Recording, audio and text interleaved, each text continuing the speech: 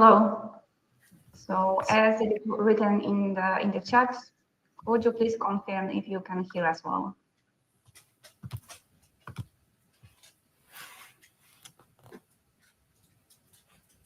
All right, then we have some confirmation. Thank you. Thank you for that. Thank you very much. Okay, so hello again. Hello, everyone, and welcome to our webinar about invoicing trends and obligations to follow in 2026. My name is Kamila Kania, and I am a business solution manager at Comarch, specializing in invoicing across global markets. And joining me today are our experts, Meng Liu, senior analyst at Forrester, who will share global adoption forecast and AI trends, and Jakub Krawczyk, our legal compliance expert at Comarch, focusing on specific regulatory frameworks across Middle East and Asia. Our agenda for today is focused on three main objectives and areas.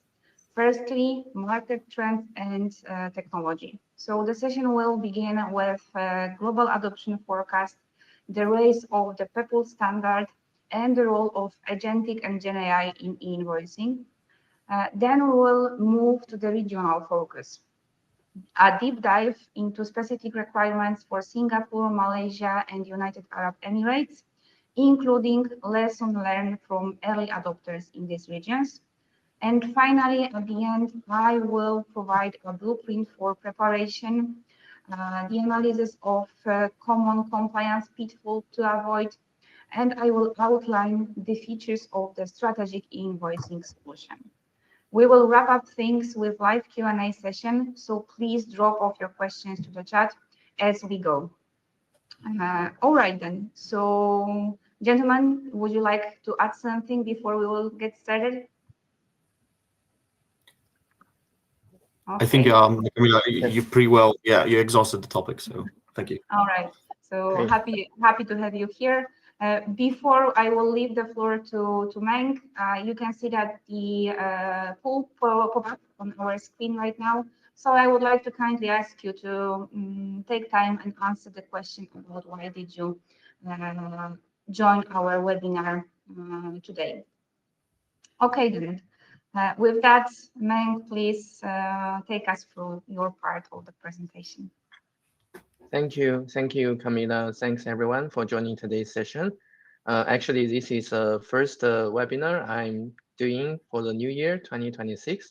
So hopefully I can bring some fresh insights to help your organizations solve some of your burning questions.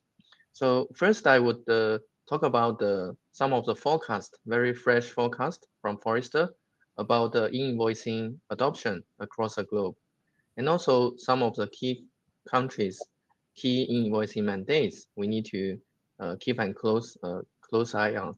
So first, regarding the predictions at Forrester, after collecting many of the research insights from organizations across the globe, and also when we spoke with many regulators as well, we have come up with this very interesting prediction that 30% of global business to business B2B transactions will be based on e-invoices by 2030. So this prediction indicated that not only B2G, business to government, but also B2B will be deeply penetrated by electronic invoices. So that's actually will become a kind of a new normal for all the businesses globally.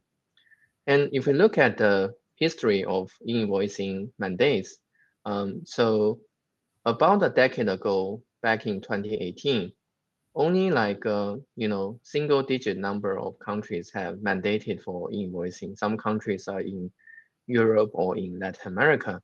But a few years later, like 5 years later, in 2022, we have seen a significant jump of this number from 9 to 53. That's actually a hyper growth. And 5 years from now, by 2030, we believe that the global e-invoicing mandates will penetrate all the major economies, will have majority of the countries out of, for instance, around 200 countries, probably more than 150 or 160 will be adopting e-invoicing mandates or having the e-invoicing compliance as a requirement. And if we break down the e-invoicing adoption across different regions, you'll find that it's quite interesting.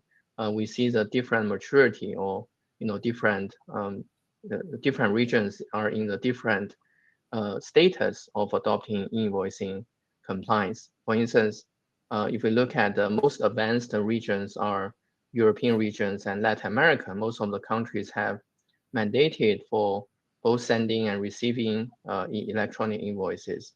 And also there's a phased approach in many jurisdictions in these two regions. But if we look at the Middle East, Africa, and when we look at APAC, they're actually more in the intermediate status and not that advanced as European countries or Latin America, but actually a lot of countries are,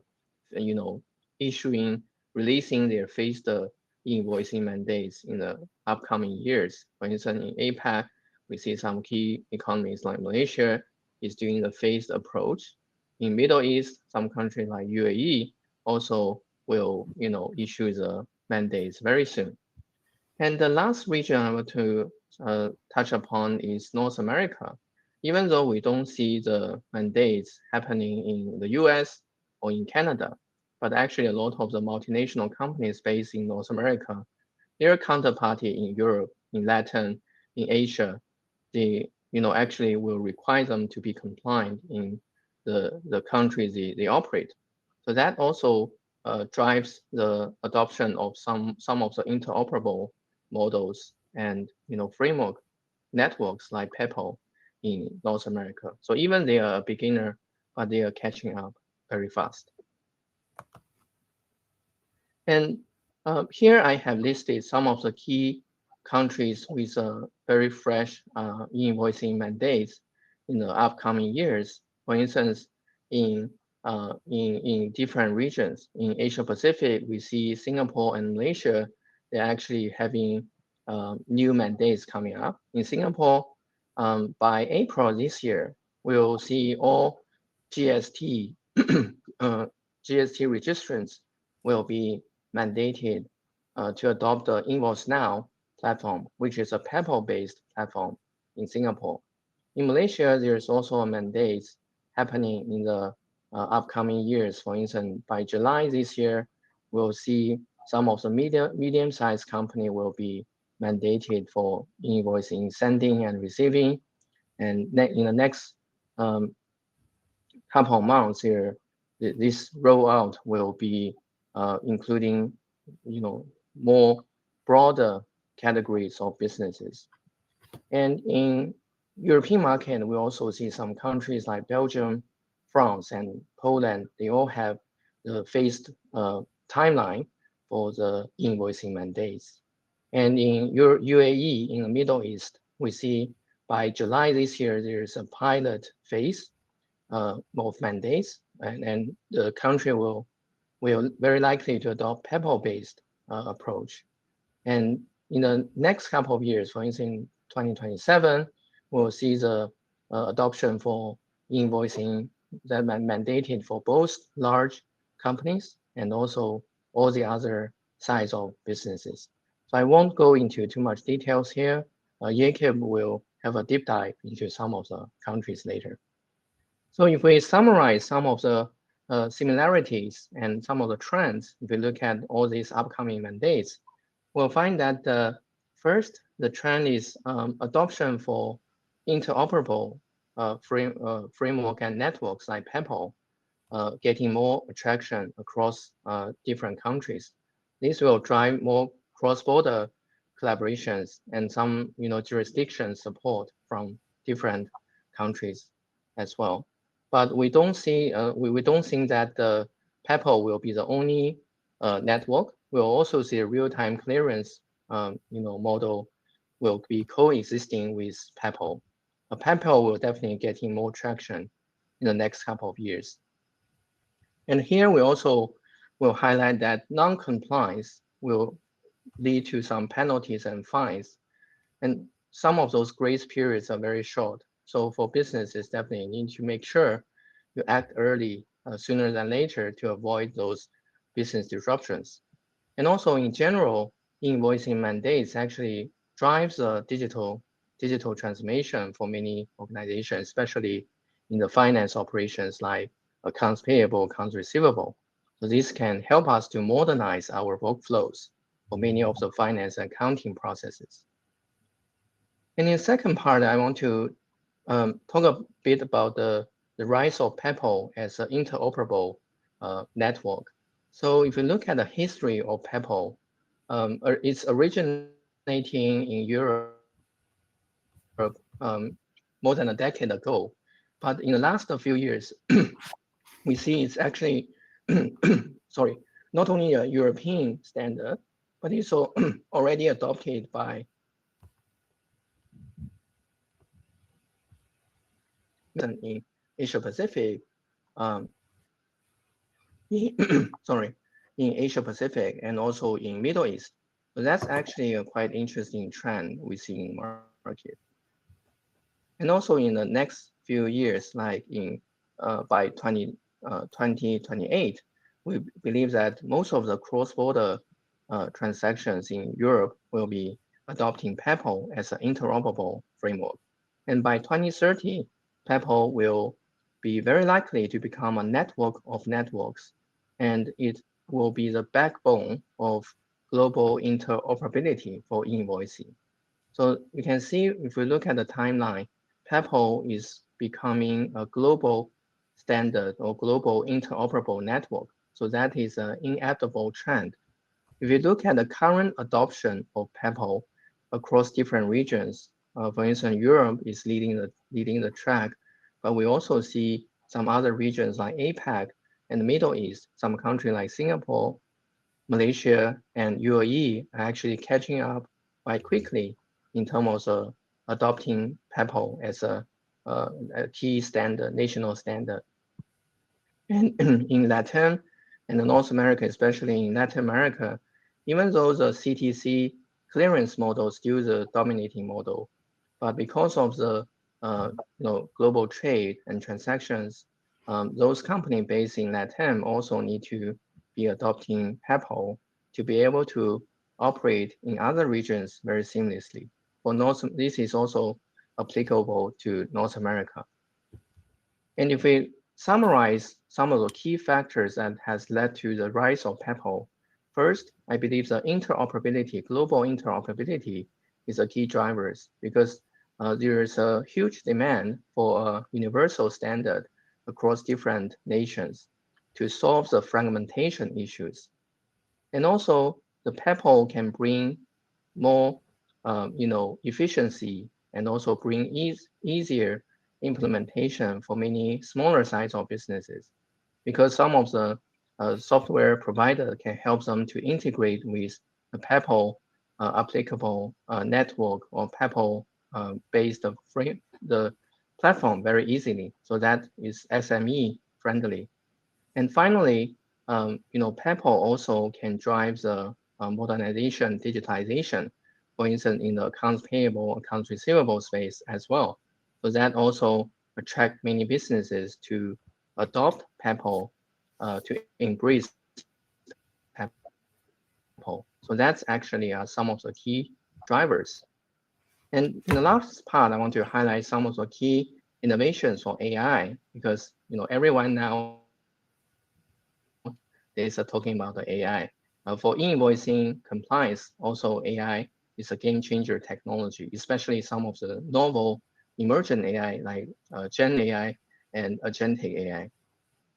So at Forrester, by researching a lot of organizations globally, we have come up with this AI maturity heat map for accounts payable automation. And you can see here, we also mapped the maturity of AI adoption for invoicing and tax compliance. For instance, you can see here some of the AI technologies like Gen AI and Agentic AI has more mature adoption for some of the accounts payable automation use cases. So if we specifically look at Agentic AI adoption maturity, some of the AP use cases like the invoice data capture e-invoice matching, we already see quite mature AI agents have been implemented. But even for e-invoicing and tax compliance, we see the early adoption already for agentic AI. For instance, here I have listed 3 existing AI agents for e-invoicing and tax compliance. For instance, some companies has adopted compliance agent provided by some technology providers to be able to answer the queries from users on a real-time basis for any e-invoicing and tax compliance related questions. Those agents can provide real-time based answers quite efficiently. We also see some companies have adopting audit agent and policy aware agent. These agents can make the, for instance, auditing process and also makes a company policy compliance related frameworks very easy to access for all the employees within the companies, and also can augment our finance and tax team, efficiency, operational efficiency, and streamline and automate a lot of the workflows. And we believe there will be more, agents will be developed to solving e-invoicing issues and problems in the near future. If we look at the other very important workflow, which is accounts receivable workflow, so compared with AP, accounts payable, it's relatively less mature in terms of AI adoption. For instance, if we look at the e-invoicing and tax compliance, is many of the AI, especially agentic AI and Gen AI, still in quite early stage, not in production yet, or even only in the experimentation stage. So the AR is less mature, but this does not say that in the future, we don't see the adoption for agentic AI or Gen AI for AR automation, including automating the invoicing process from the accounts receivable perspective, from the, for instance, outbound invoice perspective. So finally, I want to give you some recommendations. So this is also what I frequently speak with Forrester, our clients. So the first is you need to understand the trends, benefits, and complexities of e-invoicing. So the trends will be varied by different countries, and the benefits will also be different depending on your organizations, the regions you operate, and also the complexity of your internal finance and accounting operations. So that's a first point, to be aware of all these complexities. Second, we strongly believe that having a more centralized and consolidation approach will be very beneficial, because you cannot have a separate solutions for each of the country you operate. That will cost a lot of money and will lead to inefficiencies. You need to have a centralized platform, consolidated platform, where you can have a single source of truth and also can achieve scalability and efficiency. Last point is regarding how to select the right partners, especially in the increasing complex invoicing space. We believe that a partner which can offer you a very seamless integration with the different government portals and with a very strong support for Peppol will be the essential capability you are looking for. And also you can look at the coverage, country and region coverage of this vendor regarding the invoicing compliance support. And also finally, you can look at some of the innovative AI-based capabilities. For instance, some of the agent, the providers can help you to build, for instance, those compliance agents that can answer the queries in real time. So with all this, I would like to hand over to Jacob to do some deep dive into some of the key countries and regions. Over to you, Jacob. Okay, thank you so much, man. Thank you for this great outlook. I will try to go into a little bit more detail on very specific issues that you raised, especially when concerning these 3 countries that you can see here on screen. They are pretty representative, so I hope that we will be able to get some insights, get some takeaways from these 3 cases that might apply to a broader topic of staying compliant with e-invoicing. All right, so I'm going to start off relatively easy with Malaysia, as the system is not as complex as some of the ones that we are starting to see somewhere else. And also the Peppol and the Peppol's application here is also a little bit less pronounced than some of the newest implementations seem to be pointing towards. Well, first of all, what you see here is basically a very simplified, however, still accurate representation of what invoicing looks like in Malaysia. Only three nodes, so to speak. The sender does it all. So first has to verify the invoice with the tax authority, and then the sender also has to actually deliver the invoice to the recipient. What is important here is that the channel that is used for invoice transmission is not limited to just one option. The legislators left a liberty to the senders, to the businesses, and so still the majority of the invoice traffic happens via PDFs, traditional channels. However, I think it is very important to notice that the legislators also made an option to use the Peppol as a suggestion. As you might imagine, as with many governmental suggestions, this has not been all that popular initially, at least. The businesses were very much used to the old ways. We all know how it is. We understand PDFs. We are very much used to the workflows. So it's still stuck. So but still, we definitely see an uptick in Peppol use requests recently, especially when it comes to international invoicing. This is something that Peppol is great for, and even though it was initially only suggested by the government, it is we can see a grassroots effort to actually make Peppol work for Malaysia relatively quickly after it's been into the whole invoicing has been introduced, because as you can see, the mandates have been going live since almost 2 years ago. So this is not all that much time.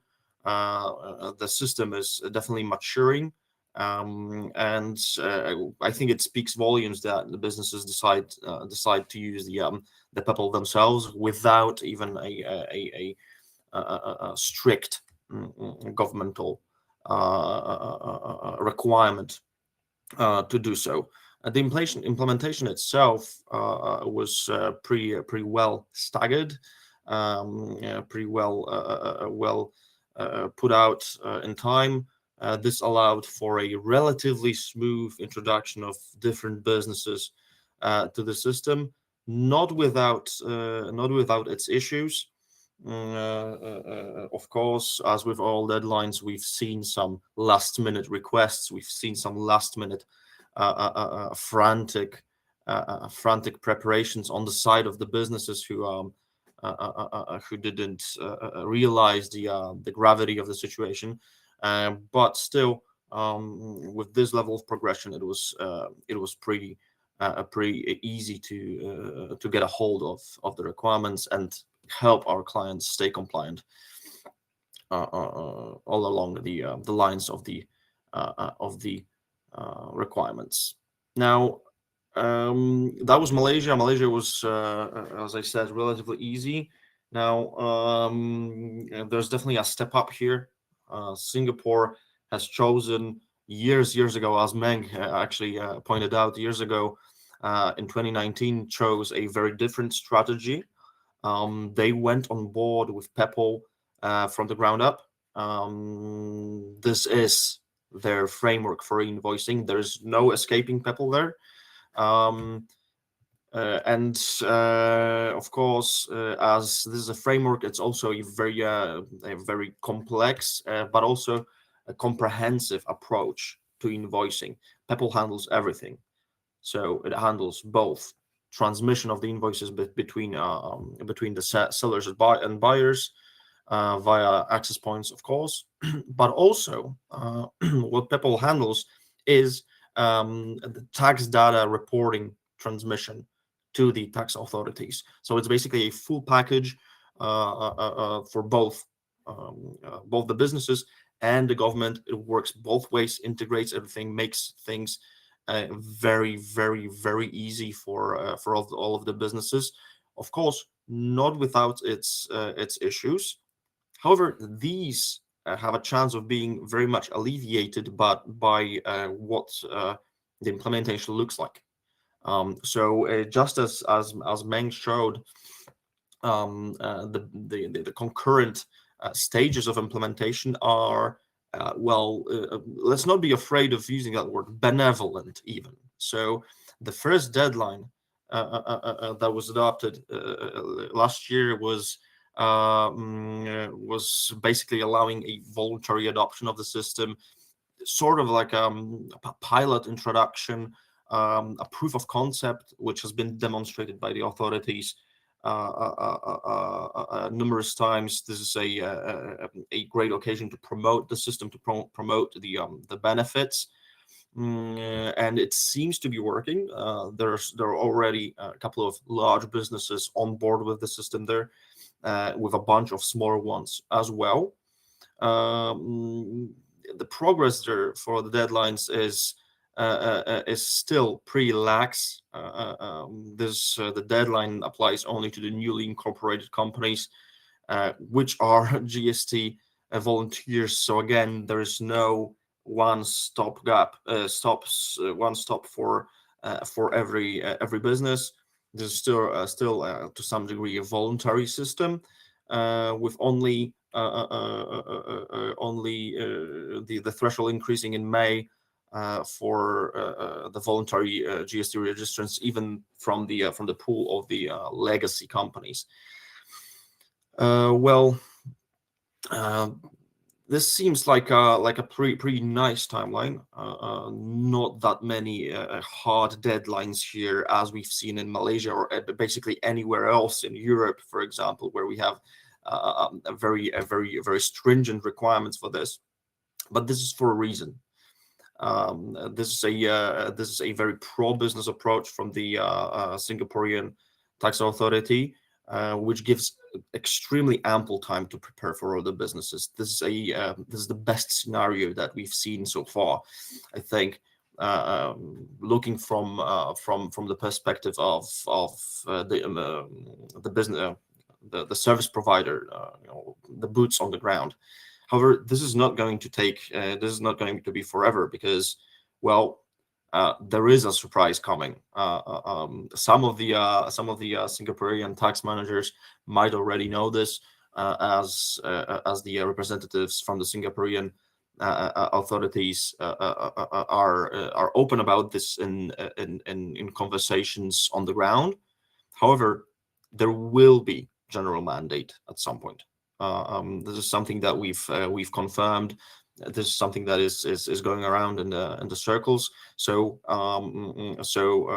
there's a great opportunity to be ready and fully compliant, right even before the deadline. The deadline is announced, before the rush happens, before the service providers are swamped, and before we have to do the implementation at the last minute. This is, believe me, this is the best case scenario here with the complete picture being known even before the deadline is announced, and well, it will be announced. Okay, so that was Singapore, and now moving on to the most hot topic of these three today, and that is the UAE, which has a similarly comprehensive approach to Peppol implementation in the country. However, they are doing it a little bit more decisively. A little bit more, well, the requirements are much stricter, and there are set deadlines that have to be observed. The system that you see here is very similar in general scope to what you see in Singapore. Of course, us being the service providers, we already see numerous differences that affect the work of the system. And however that happens on the back end, this is something that we have to take care of. This is something that we're helping to facilitate for you. So at the end of the day, the working of the system for the user, for the general user, is going to be very much similar. Again, complete package, transmission of the invoices, reporting of them to the government as well. Everything happens through the accredited service providers, of which there are not that many. I will point out to a number of reasons. And yes, this is going to be one of the most challenging and one of the most interesting implementations, Peppol implementations in 2026. This is also going to be the first complete 5-corner Peppol implementation to date. So this is definitely something to watch, as this is going to be a template for all the future applications. With a timeline looking here a little bit differently to what we've seen before, because there are not that many stages. There are a couple of deadlines, like the beginning on July 1st, just as Meng said. But also there's a separate deadline for the businesses to actually pick the accredited service provider, even before the data transmission deadline actually commences. So that gives almost 6 months to prepare, to have that, let's say, development freeze on the governmental side, to help the businesses to prepare. This is something that we have not seen, for example, in Poland. I see a couple of questions about Poland popping up in the chat. In Poland, we are basically still seeing some changes to the system, even 15 days before the deadline. This is not going to be happening in UAE. We are supposed to know everything even like 6 months before the deadline, hopefully. Of course, good to notice is that the deadline applies to businesses with a turnover over 50 million dirham, with other businesses joining another 6 months, 6 months later. So this is pretty still this is pretty stringent. There's a lot to cover for businesses before January 2027 as well. There's a lot of work.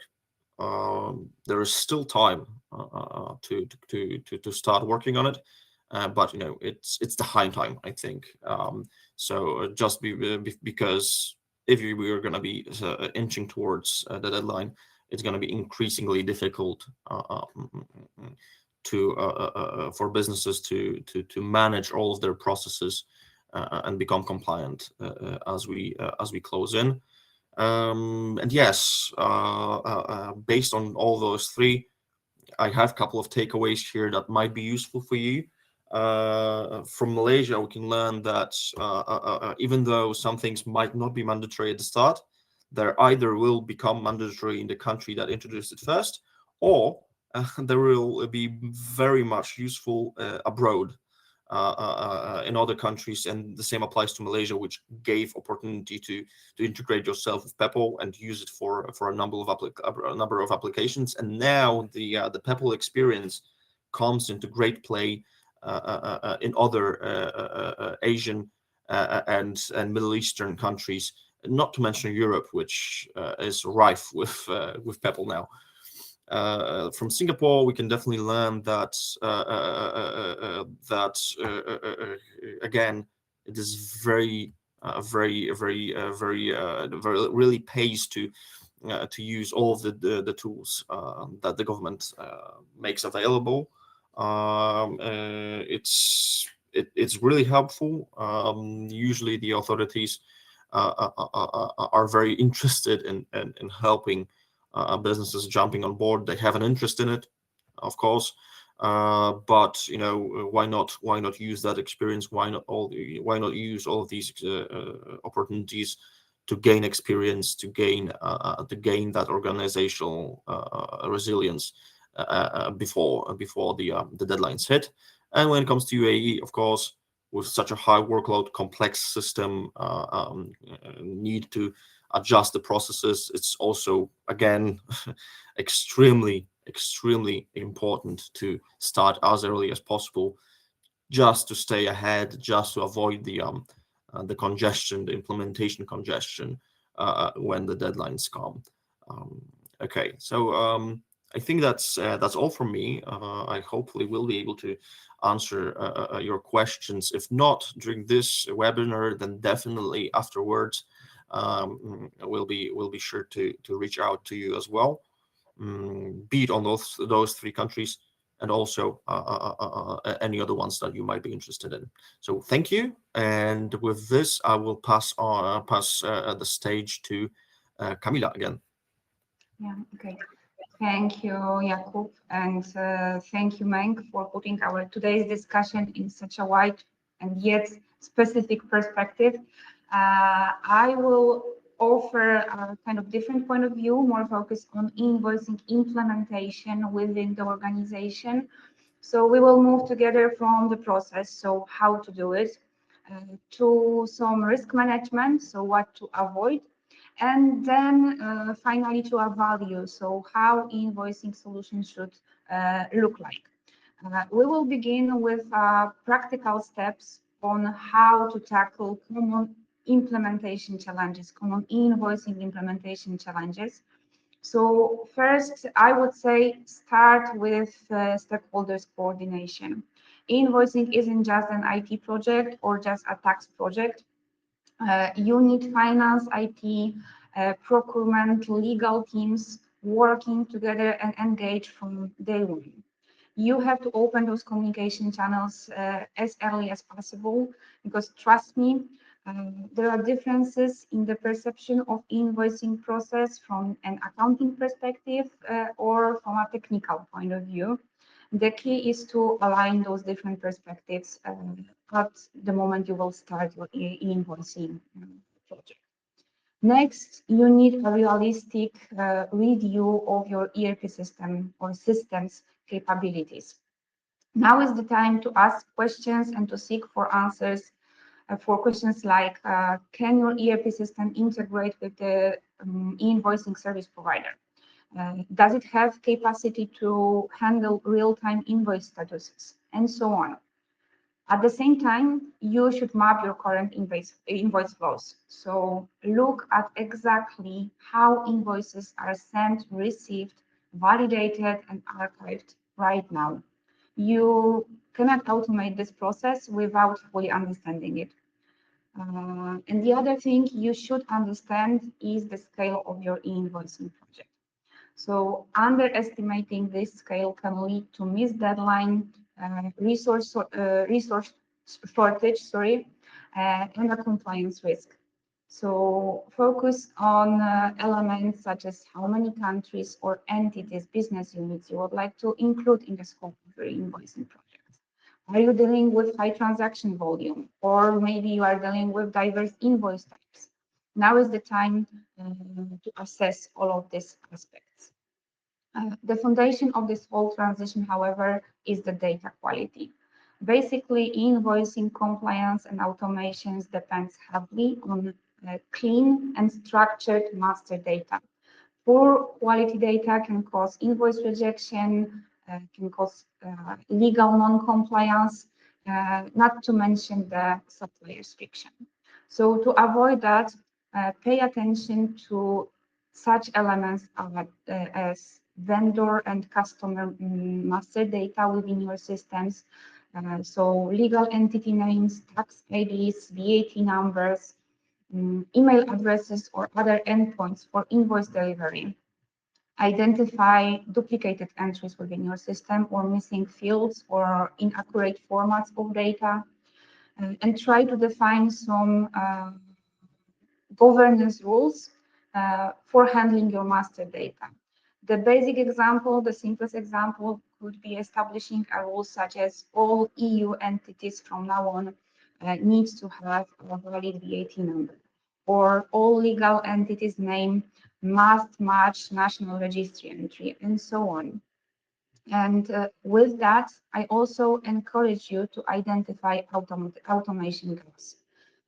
What I meant here is to look for each manual step that you still have.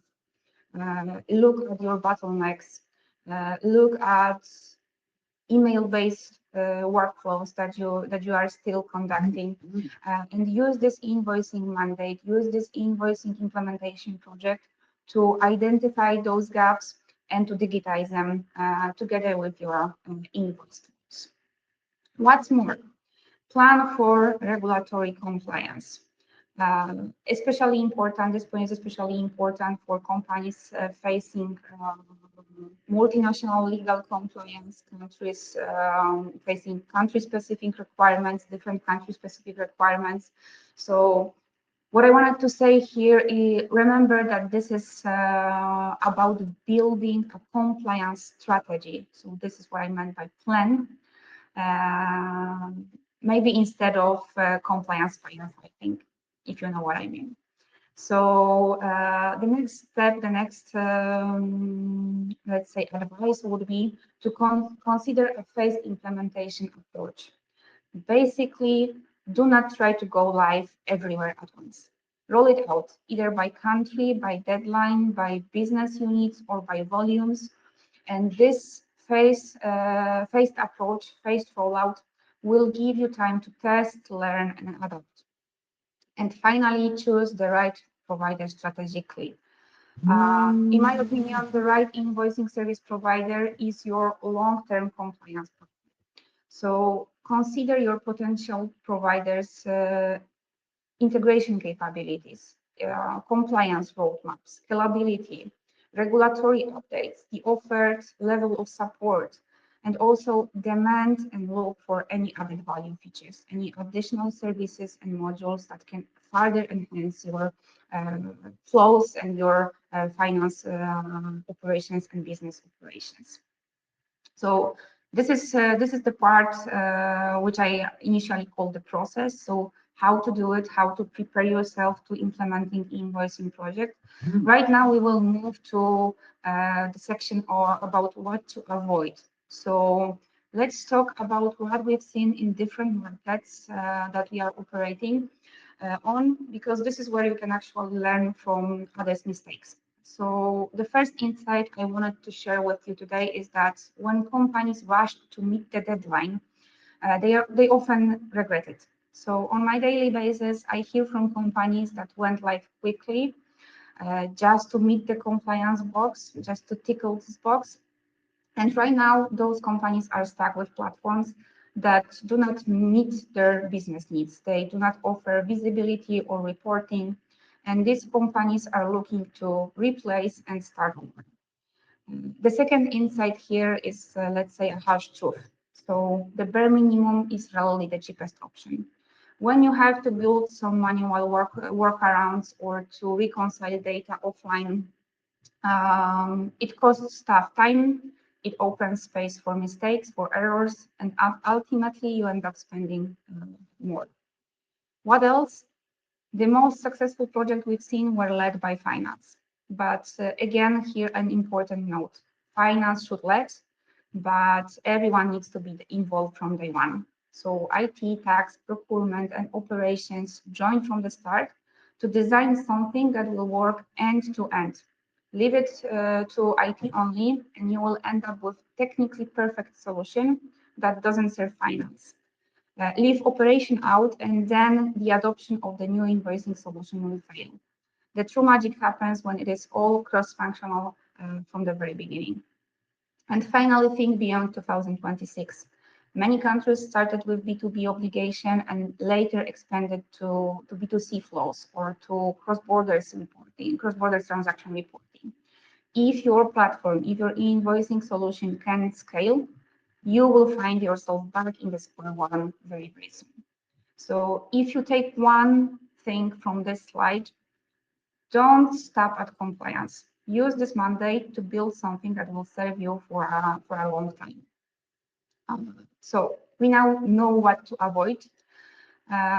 So let's move to what to look for. I personally think that the right invoicing solution can be more than just a gatekeeper for your compliance. It is a strategic platform, strategic solution that delivers efficiency. If you choose a basic solution, of course, it will help you to tick the compliance box. But if you are looking for a strategic partnership, that's a completely different kind of game. These are strategic values beyond compliance, as you can see, that can help you change the e-invoicing mandate into a real business advantage. So please take a look on this list. We are talking here about data enrichment, so automatically fixing your data before it gets submitted. This is the ultimate tool for avoiding rejections. Intelligent routing means that your service provider, your invoicing platform, must go beyond simple transition. It needs to dynamically route invoices back to your ERP system, to your AP system, to trigger payment approvals or to trigger rejection workflows. You require real-time dashboard for actionable insights about tracking all invoice statuses, monitoring errors, and generating audit-ready reports instantly. AI and machine learning enhancement embedded in your invoicing solution can further improve efficiency and automation. Also, the right invoicing provider should offer flexibility to connect all your in-house system or your different systems and even consolidate the compliance from multiple countries into one integrated suite. This is where the real strategic value is hiding. And with that in mind, I wanted to cover how Comarch can help you in your invoicing journey. Basically, we offer a solution which is designed for compliance with global invoicing and data exchange requirements. We have certified invoicing processes in more than 60 countries. We are also a Peppol certified service provider, so we can offer secure access points for global transactions. Our platforms converts invoices from any structure format into any other structure format. It can be integrated easily with your existing ERP systems or financial systems. We are investing heavily in our platform development, and AI and machine learning models are integrated into our product to increase efficiency. Comarch's platform also provides document monitoring, data views, dashboards and reporting sections, and also a long-term digital archiving. We prioritize the highest level of security and encryption to protect the sensitive data of our clients.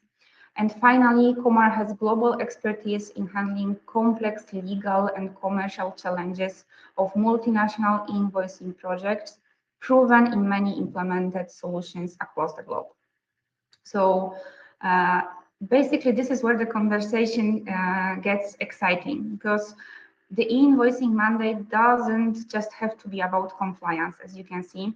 It can actually make your finance smarter. So let's take it point by point. We will start with the structure and high quality data. It means that finally you have clean, machine readable record of every transaction. This unlocks better decision-making, faster cash flow forecasts, quicker book closing, and stronger control. Automated processes frees up finance teams. This is obvious, but think about it in this way. The e-invoicing solution automatically generates invoices, converts invoices into the required format, validates them, routes them through the national invoicing framework and through your internal systems, communicates with your invoicing financial or accounting systems, and all of that without manual intervention. This frees your team to focus on strategic tasks rather than routine processing. And AI-ready foundation. Okay, so we all hear about AI in finances. We all hear about features such as predictive cash flow, anomaly detection, fraud prevention, you name it. None of this will happen without clean and structured data. So invoicing trends and invoicing mandates that we are facing right now, basically, they force you to build that foundation. And once again, I wanted to mention and highlight the support for future mandates. So once you have a solution in place, the platform in place, you can add new countries, new tax regimes, new phases of upcoming mandates without starting from scratch. So if you pay attention to this point, you will see that invoicing mandate can be more than a burden to the organization. It is a chance to actually upgrade your finance function. All right, then, so moving forward. Here are some key takeaways after our all today's session. We've covered a lot of ground today, from global mandates to practical steps and preparation. So what is definitely worth remembering is that invoicing is no longer a local project, a local obligation. It is a universal business standard for over 100 countries, as mentioned at the very beginning. The key for you is to stop viewing it as just compliance. If you choose tools that offer added values, you can turn this mandate into a massive efficiency gain for your organization. And ultimately, your goal is to partner with a provider that can handle the global complexity for you. And with that, I would like to open the floor to questions. I could see during our webinar, our session, that some of them already posted in the chat. More are coming. When my respective experts were presenting, I found some that I really appreciate. Basically, it was why Peppol, but to read it all together, there is a question if we can elaborate on why Peppol is poised to become the leading framework for global e-invoicing. I wonder, Mank, if you would like to take this one and elaborate on this. Yes, thanks, Camila. This is a great question. So I also heard from many Forrester clients about that across different regions. So I think that's one of the key drivers is the interoperability across different regions. Even, for instance, some regions, they not adopting Peppol. For instance, Latin America, they have clearance models. But the organization there also will doing business with European counterparties, with their APAC counterparties. So they also need to be compliant. We need to support Peppol in those countries they're operating.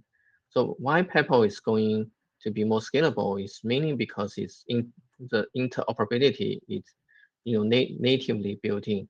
So that also means less investment, less burden for some smaller companies which may not have the the budget or investment to integrate with different government portal one by one.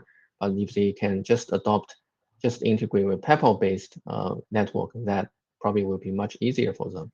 So that's actually the key reasons why it's becoming more global and becoming more well adopted. All right, then. Here, an important note, you can also find it on a chat. Even if you will not if you will not cover all the questions that we have on chat right now, please reach out and we will provide you with the answers and insights coming from our experts. There are some more questions that I especially like, so I will take advantage of handling this Q&A session and I will select some of them.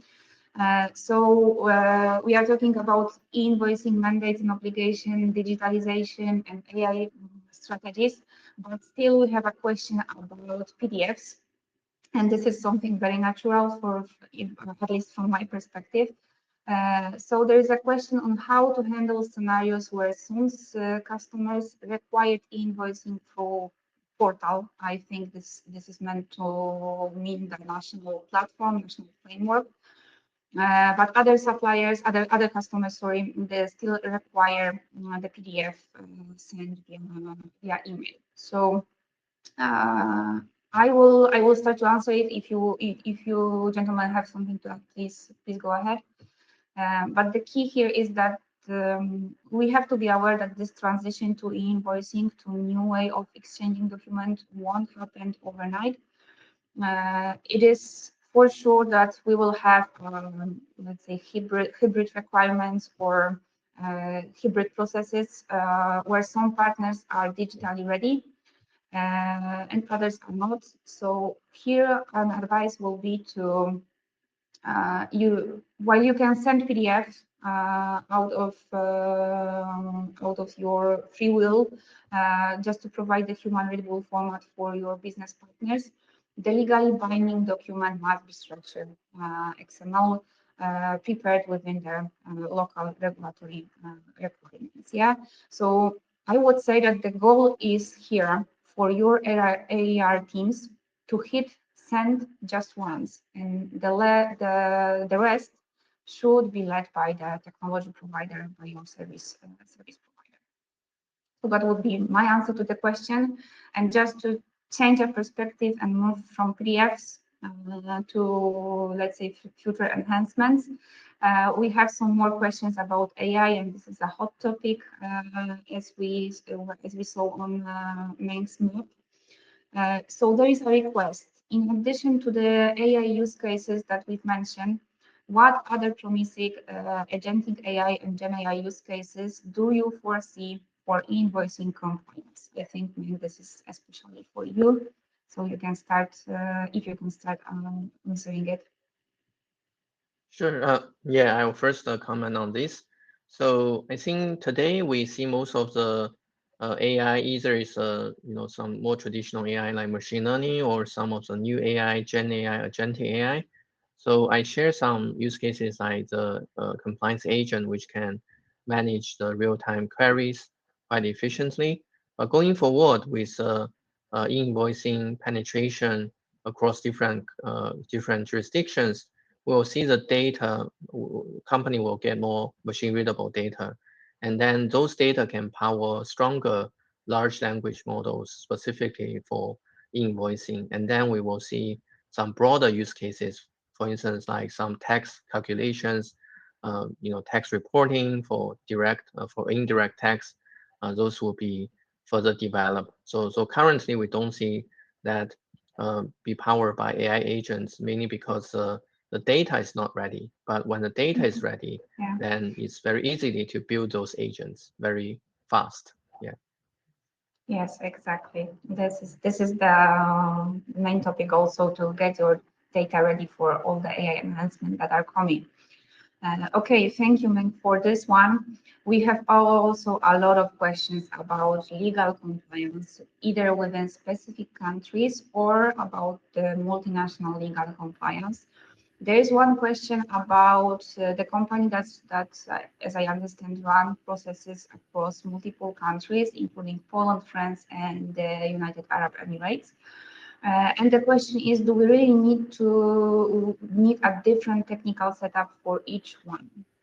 I will try to handle this question. We have still some time remain. So basically, I completely understand what stands behind this question, as each of this country has different model. Without going into the details about those different models, the answer and the goal here is to avoid having three separate systems or separate IT projects for legal compliance in those countries. You don't need it as long as you are using a centralized hub that will act as this translation layer, let's call it this way. So you will be sending your standard data output from your ERP systems, no matter where you run your operation. And the e-invoicing solution should automatically format this output into the country-specific requirements into requirements required by each local authority. So this is the key to keep your processes unified. And I think I need to stop here. We run out of our time. As promised, we will answer each question after the webinar, provide you with all the necessary information and insights from our side. Once again, I would like to thank you, our experts, Man, Jakob. Thank you for participating in this session, and thank you for all our participants from today's webinar. Thank you for your activity within the chat, and stay tuned for other events and webinars that we'll provide for sure. Thank you Thank you, very much. everyone. Thank you for Thank you, joining. Kamila. Thank you, Meng. Take care. Thanks, everyone.